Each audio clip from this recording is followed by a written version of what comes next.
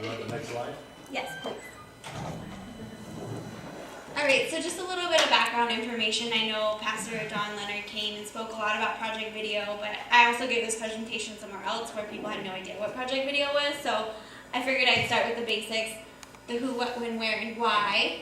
Who, it was myself and 5 other service volunteers, and our leader was Jasmine, who has also come to visit. Some of you remember her. She actually lives in Chiang Mai, so that was a very unique perspective. We kind of got the inside scoop on the city and the culture. And as I alluded to before, I'm a service volunteer from Project Video. And Project Video, specifically kind of in a succinct sentence, assists in developing video production centers in Asia that target specific language groups. So initially when I went to Thailand, I didn't realize all the different tribal groups that were there. We were in north and northeastern Thailand, so there was alone, like in the 12 days we were there, we probably visited like four different language groups. So this isn't so much dubbing Christian videos into into Thai as it is into their actual native language. So we'll get more to that, but that was a big thing that I didn't understand in going there. So there's 7 production centers, 4 in Thailand, 2 in Burma, and 1 in China. I had the pleasure of visiting 3, I believe, in Thailand, so that was really exciting, and one of them is kind of up and coming, so seeing the beginnings of that. And it began back in 2008, so it's only 5 years old, and it's incredible the amount of work they've done and the partnerships that they've had since, I don't know, Don's incredible. I don't know how he finds the people he does, but they have some great partnerships. Around Easter time, and I was also going to report back, but I was also there to physically deliver the audio equipment that you saw in church before I left. So that was, as I said before, very exciting to see the actual microphones and tripods and headphones and stuff that they would be using. And that equipment went to the Hmong studio in Chiang Mai, so I'll talk about that in a little bit. But please know that the equipment that I had here and that you guys helped purchase went to somebody who is currently using it. I flew from Phoenix to Seattle to Seoul, Korea. And then that was where I met all those people. I had never met them before. We had emailed and talked on Facebook and those type of things, but we hadn't met each other. So I was frantically running to my next flight, and it was so nice to see friendly, happy faces waiting for me. And they're like, "You must be Hannah." I'm like, "Yeah." Same equipment that we took from here went in my suitcase, and some other people brought some stuff as well. So we had quite a collection to give to them, and they were so happy. I mean, they were certainly doing lots with what they had, but that was one of the questions. This is Joe. He's from the Hmong studio. Taking it all in. This is kind of a joke because this is actually smoke. Oh my gosh. So it's slash and burn season over there right now, so the air was very, aside from it being 100 degrees and 50% humidity, it was smoky. So, that was kind of cool. But it was still, you could still see, the landscape was still amazing. But I would certainly love to go again in December. We had fresh fruit all the time. I wanted to take some back with me, but these are mangoes and bananas. This was a very common sight. And this is jackfruit, I believe.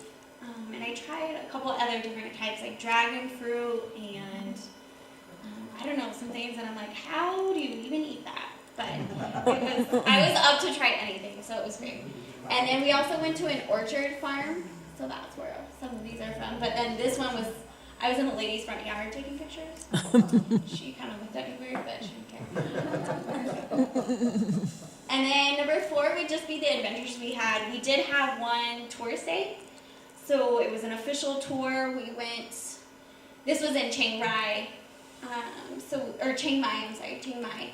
And we started with elephants, so we went and fed them and got to take pictures, and then we rode them. This is Amy and I. We could not stop laughing. It was an experience. Let's put it that way.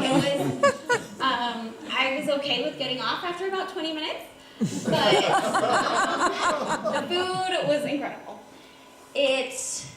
Anything you could think of, I think, and it was everywhere. I would get fat if I lived there for sure. But a lot of fresh greens. Everything was cooked, and chicken, and I think this might have been breakfast one day. So it was just very, very different. And this is pad thai, which is kind of a traditional dish. This was at a night market, so it's just like kind of like a food court in a mall type thing. And then number one was absolutely the people. And Chris and I talked about this before I went, but the people are just so friendly and so hospitable, and whatever they have is yours. It's especially when you know that you share your relationship with Christ. Like, it's incredible. So these were the three people groups that I visited: the Korean, the Hmong, and the Aka. And this is just an example of how hospitable. This was just a casual lunch one day. Oh, back to the food.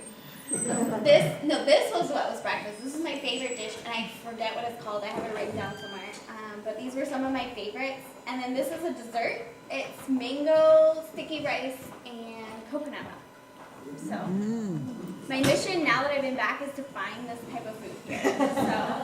And as for the Bauer's suggestion, in Chiang Mai, I requested that we go to this restaurant, Just Khao Soi. Just Khao Soi, and Chris and Crystal actually gave me an apron when they went and visited there. So it was really neat to hit the same spot, and it was great. It was like a big soup, and you kind of add whatever you want to the soup. So that was like their main. Our first stop was the Korean. So Amanda and Eileen went a week early, because Eileen had been here there 3 years ago, so she wanted to go and just kind of visit the mission again. So they were there a week ahead of time. But we met them at the Christos Mission Foundation. Again, it was a very long drive up to Mae Sariang. But there they have a Bible school, the Project Video Studio, of course, and all-boys orphanage.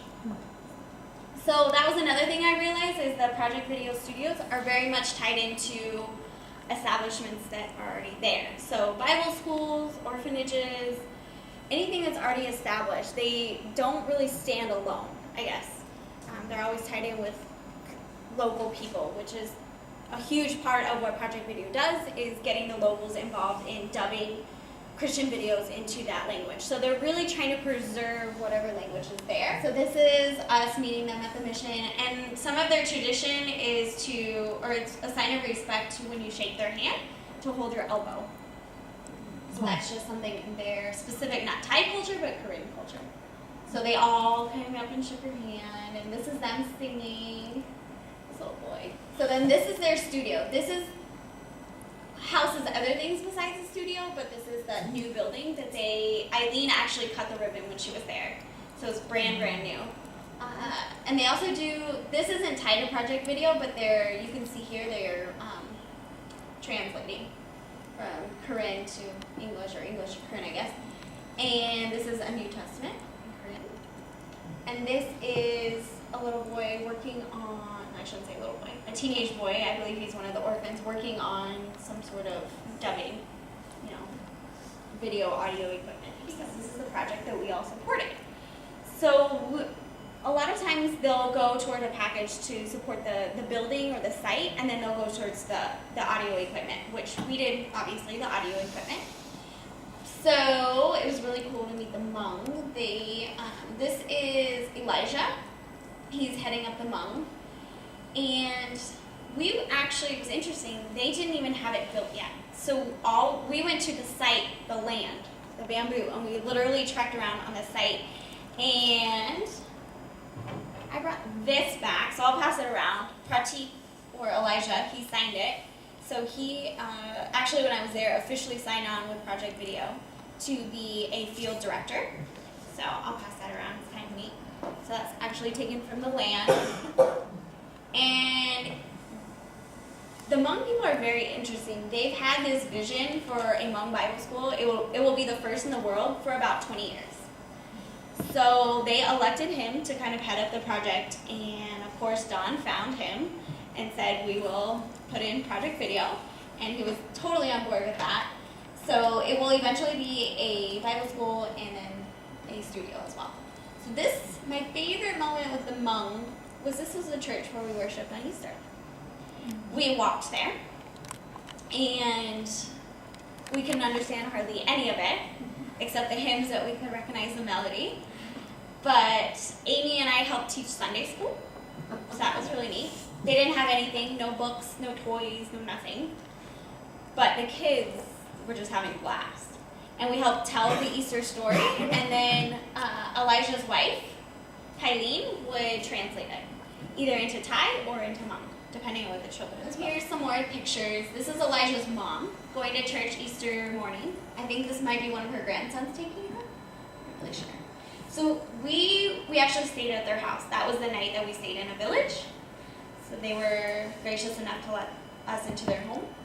And this is me trekking around on that land that will eventually be a Bible school. It was really neat. I mean, they have such a vision. He's like pointing, oh, and these are going to be the dormitories, and these are going to be, so you can definitely see, like, it's interesting though. I think they just maybe paid off the land, but they have just enough money maybe to start the first building. But that does not stop them. They're like, okay, we're going to do this, and then we'll, God will provide when we're ready for our next building. And their faith is just inspiring. The Bible school is very established. It's a 4-year school. I think it might even be accredited. But the idea with the Bible schools, Aka and many of the others, is that Aka people will go there, and then they will go back to their village, and they will be able to pastor at their village. Whereas if they go to a mainstream Thai school, they're going to lose their Aka culture and not be able to connect with the older people in their village. So it's very interesting how each one preserves their individual culture. How God provides opportunities. Our van driver was not Christian. In fact, at one point, he asked Jasmine, what's the difference between Buddha and Jesus? So you could tell that God just provided opportunities to witness to people, and that was our van driver. I mean, he was with us all the time, and he was great. So I'm hoping that we planted a seed. So the field director there, Paul Vernon, is an American missionary. Him and his family live there, and he actually helped build the Bible school. He was an architect, and he got his degree in Colorado, and then went over and helped. And so he does project video. So he helped design, he studied acoustic architecture and designed the recording room and padded it a certain way and had certain angles so that the sound was good. So he was very interesting. And again, it was neat to talk to an American who had both perspectives. And they have devoted their life and their family to learning this Aka language, which is not transferable to anywhere except there. Yeah. Anyways, and this was when we went on our trek on that tourist tour. This is my lunchbox. It was a banana leaf with pad thai in it. Oh, it's a leaf. I just thought that was cool. That's cool. And so, just finishing up, I'm back in America, so now what? A lot of people came back. We talked a lot about, kind of assimilating back into culture, because you literally are off the grid for 12 days. So coming back in, there's a little bit of cognitive dissonance. Like, what am I going to do now that I've seen all this?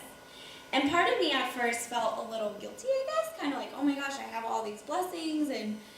But then I started to think, and I'm like, okay, well, I have these. What am I doing with them?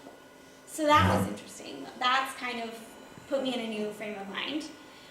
Definitely allocating my resources a little differently and setting my priorities differently. And I was talking to one of my friends who's also gone on a mission trip, and he's like, how about you just don't complain?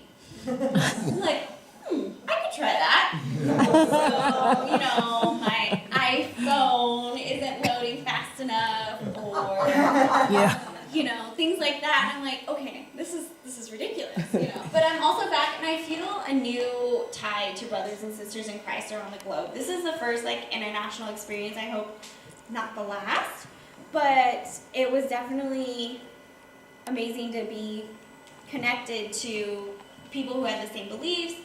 And we talked, today being Pentecost, the spirit of, even though you might not speak the same language, that you share that love for Christ and that same salvation, that you will all be together in the last day. So that was amazing. And we're sort of that second part of it in the U.S.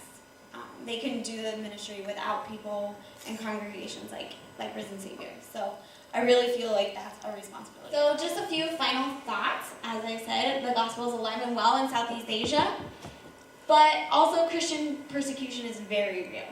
Like I said, Thailand is sort of a hub for people coming, and they feel safe there.